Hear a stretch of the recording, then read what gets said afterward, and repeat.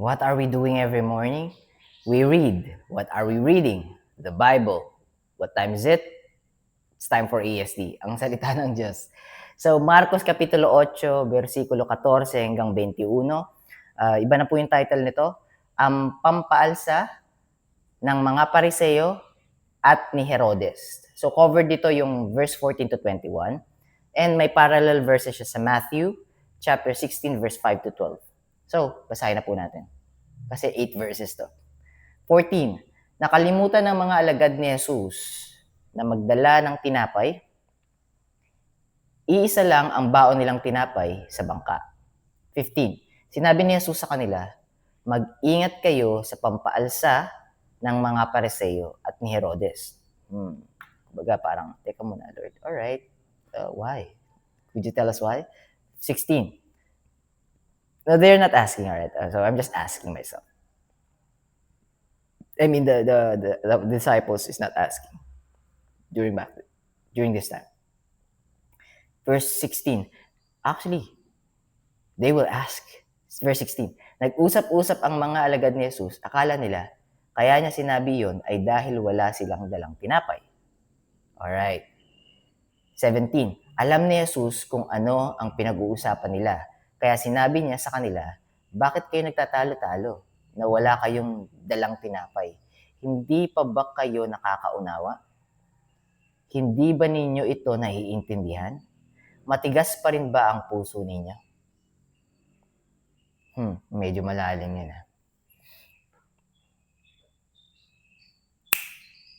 Yung tatlong yon, ito yung takeaway ko doon. You are still leaning on your own understanding. That's the reason why you are unable to understand. You are not fully surrendering and trusting me. That's the reason why you're thinking about it the way you think about it. The way how you think about it in the past. You haven't learned, but it's okay. But keep on listening. You're missing the forest for a tree. Bakit kayo nagtatalo-talo na wala kayong dalang tinapay? Hindi naman yun yung tinutukoy ko. Nung sinabi kong mag-ingat kayo sa pampaalsa ng Pariseo at ni Herodes. Hindi pa ba kayo nakakaunawa? Hindi pa ba ninyo naiintindihan? Matigas pa rin ba ang mga puso ninyo? Are you still leaning on your own understanding?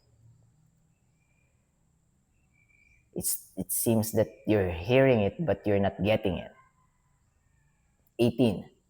May mga mata kayo pero hindi kayo makakita. There you go. May mga mata kayo pero hindi kayo makakita. May mga tainga kayo pero hindi kayo makarinig. Nakalimutan nyo na ba? 19.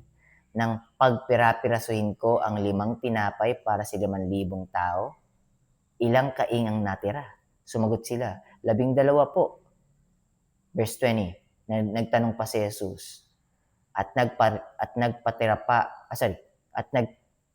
pa si Jesus, verse 20, nagtanong pa si Jesus, nang pirapirasuhin ko ang 7 tinapay para sa 4,000 tao, ilan ang kaing ang natira? Oy, nasagot yung tanong ko dito nung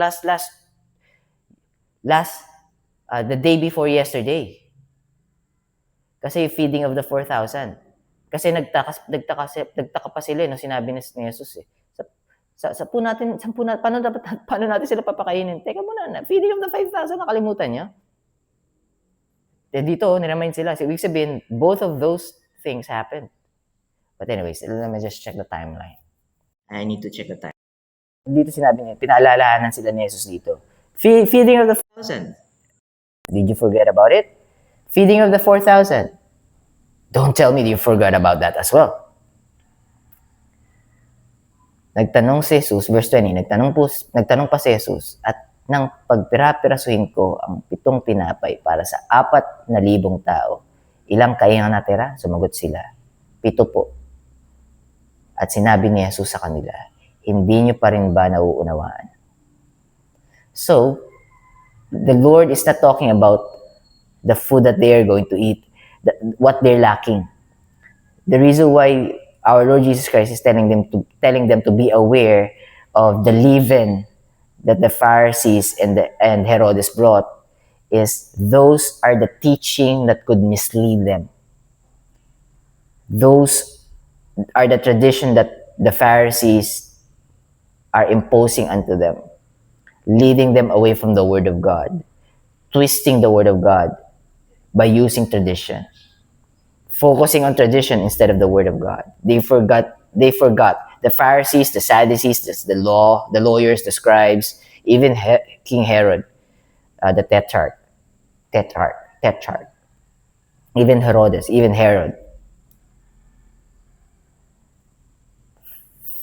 It's not following the law because they're too focused on the tradition and they're too focused on themselves. Their tradition makes them comfortable. They forgot to follow the law. They thought they're keeping the law, but in reality, they're keeping their tradition. Our Lord Jesus Christ keep on quoting the Old Testament, but they are not seeing the forest, meaning the words of our Lord Jesus Christ, because they're too focused on the tree, meaning their comfortability.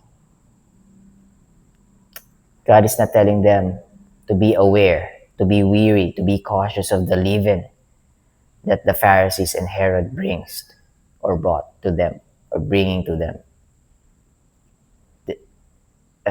The Lord Jesus Christ is asking them to be careful, to be watchful, to be weary of the leaven, not the lacking of bread on that specific moment.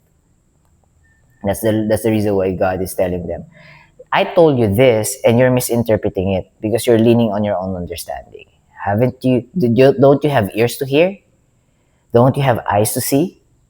You have eyes to see, but you're unable to understand. You are seeing, but you're unable to understand. You are hearing, but you're unable to understand. Focus. Where is your focus? So don't get dragged. Don't get distorted. Don't be misled by the teaching of the world, but be directed by the teaching of the word. Two different W's. World X. Word check. Alright. Okay? I think that's it. That's our Bible reading. Pagbabasa natin sa Tagalog. Medyo may tumatak, may rumima sa akin dito. May mga reminders and hoping na same sa inyo. If not, please just read it. Probably read it on a different version. You can use ESV if it's easy for you, NIV, NLT as well. Tapos may isa pang version, yung ano nga ba yung version na yun? Let me just check. Nakita ko na yung version na yun. Ay, wala dito. Nandito sa phone na to. Wala dito sa phone na isa. Na-download ko na dito hindi. Easy Bible yata. Easy Bible. Yung title yung version. But anyways, it doesn't matter what version you are reading because the Word of God is going to lead you and direct you and show the things that you are unable to understand, help you understand it. Even the heart of other people, even your heart. The Word of God is quick and powerful and sharper than any two-edged sword, piercing even to the dividing asunder of soul and spirit, that's hard to set apart, and of the joints and marrow, hard to set apart as well, and is a discerner. So the Word of God is a discerner and is a discerner of the thoughts or every thoughts and intents of the heart, even your heart, even your own heart. So the Word of God will change your heart if you allow it to change, if you allow God. Because the Word of God is God. In the beginning was the Word, and the Word was with God, and the Word was God.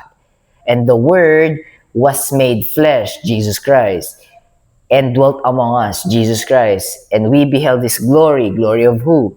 The glory as of the only begotten of the Father, the only Son of the Father, Jesus Christ, full of grace and full of truth, Jesus Christ. I am the way, the truth, and the life. No man comes to the Father but through me. So trust the Word of God. Trust the Word of God. Whether you're reading on a Bible app on your mobile device or whether you're reading the Word of God in your physical Bible, as long as you're reading the Word. The Word is important. Not where you read it, but what you're reading. Not where you're reading, but what you're reading. Read the Word of God. It will lead you to that narrow road to heaven and take you away from that wide road to hell. All right. I'm gonna see you tomorrow. God bless you guys. Keep safe. Bye for now.